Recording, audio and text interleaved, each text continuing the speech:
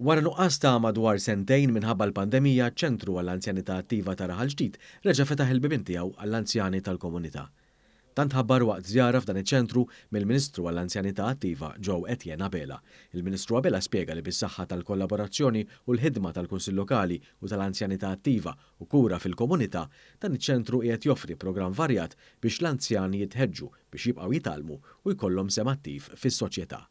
L-għan taċ-ċentri għall-anzjanità attiva jibqa' li joffru spazju lill-anzjani fejn jiltaqgħu u jissoċjalizzaw anki permezz ta' sessjonijiet varji li jsiru fihom. Dan iċ-ċentru f'Raħal Ġdid joffri sessjonijiet immexxija minn għalliema skont ix-xewqat tal-parteċipanti filwaqt li l-Kunsill Lokali imexxi dan is-servizz b'ħafna għajnuna wkoll minn volontiera li wħud minnhom huma anzjani.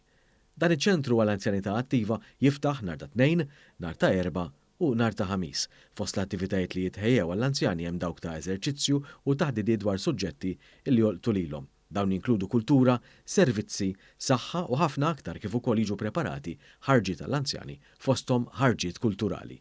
Għal aktar informazzjoni kemm dwar l-attivitajiet kif ukoll dwar sħubija fiċ-ċentru, wieħed jista' jagħmel kuntatt maċ-ċentru Servizz Anzjan jew inkella iżur l-uffiċċju f'numru 3 Triq Żekka il-Belt jew jidħol fis-sit elettroniku tal-Anzjanità Attiva u l-Kura fil-Komunità.